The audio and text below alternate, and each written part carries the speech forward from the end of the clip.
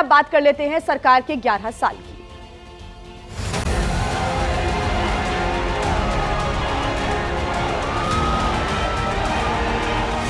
मैं नरेंद्र दामोदर दास मोदी ईश्वर की शपथ लेता हूं।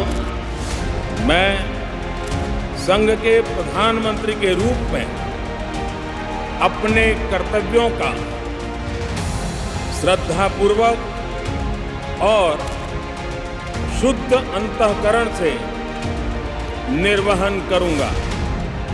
यही समय है, सही समय, भारत का अनमोल समय है।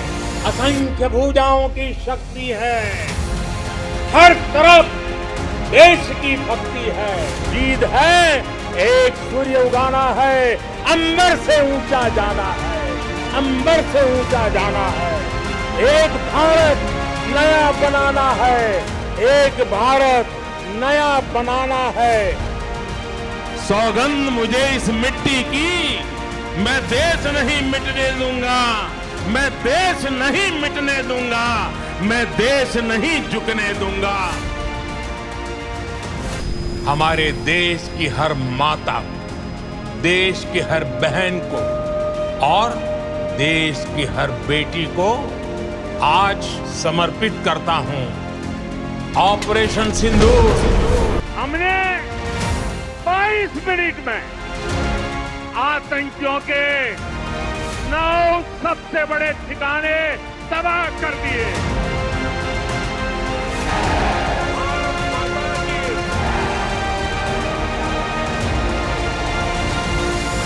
एक अकेला कितनों को भारी पड़ रहा है। प्रधानमंत्री नरेंद्र मोदी के तीसरे कार्यकाल का 1 साल आज यानी कि 9 जून को पूरा हो रहा है और इस तरह से उनकी सरकार के 11 साल पूरे हो गए। ऐसे में बीजेपी इसे बड़े लेवल पर सेलिब्रेट कर रही है। तमाम फैसलों का लेखा जोखा लेकर मोदी सरकार के 11 साल पूरे होने के मौके पर बीजेपी अध्यक्ष जेपी नड्डा आज मीडिया से मुखातिब होंगे। दोपहर 12 बजे बीजेपी मुख्यालय में प्रेस कॉन्फ्रेंस होगी और 11 वर्षों में सरकार की तमाम बड़ी उपलब्धियों का ब्यौरा दिया जाएगा। मोदी सरकार के आज 11 साल पूरे हो रहे हैं। अब तक के किए गए जो कार्य हैं, जो उपलब्धियां हैं, जो योजनाएं हैं, उसका लेखा जोखा पेश किया जाएगा। आज दोपहर 12 बजे होगी प्रेस कॉन्फ्रेंस। मैं नरेंद्र दामोदर दास मोदी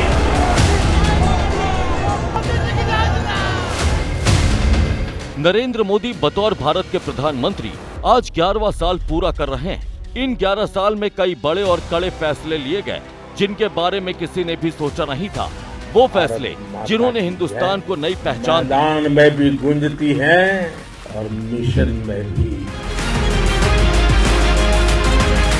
जब उन फैसलों का लेखा जोखा लेकर मोदी सरकार के 11 साल होने के मौके पर बीजेपी अध्यक्ष जेपी नड्डा आज मीडिया से मुखातिब होंगे। दोपहर 12 बजे बीजेपी मुख्यालय में प्रेस कॉन्फ्रेंस करेंगे और 11 वर्षों की सरकार की तमाम बड़ी उपलब्धियों का ब्यौरा देंगे।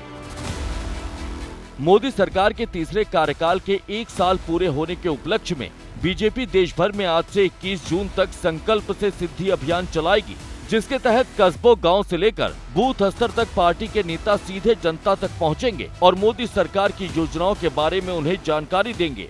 मोदी जी हमेशा कहते हैं कि इंडिया फर्स्ट और हमेशा लोगों को देश के साथ जोड़ने का काम करते हैं। इसी प्रकार देश की सुरक्षा और देश का एक जो मजबूत इरादा अपनी समस्याओं के साथ लड़ने के लिए देश में लोगों का जज्बा खड़ा हो, चाहे वो आतंकवाद के खिलाफ हो, चाहे नक्सलवाद के खिलाफ हो।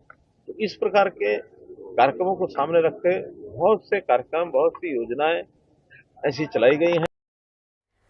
तो आज बीजेपी मुख्यालय में 12 बजे प्रेस कॉन्फ्रेंस होगी। बीजेपी के अध्यक्ष जेपी नड्डा इस प्रेस कॉन्फ्रेंस को करेंगे और साथ ही जो उपलब्धियां हैं उनको गिनाया जाएगा। 11 साल में आखिर क्या बड़ी उपलब्धियां हैं वो भी आपको हम बता दें। 50 करोड़ से अधिक लोगों के बैंक खाते इस दौरान खुले हैं जन धन योजना के तहत।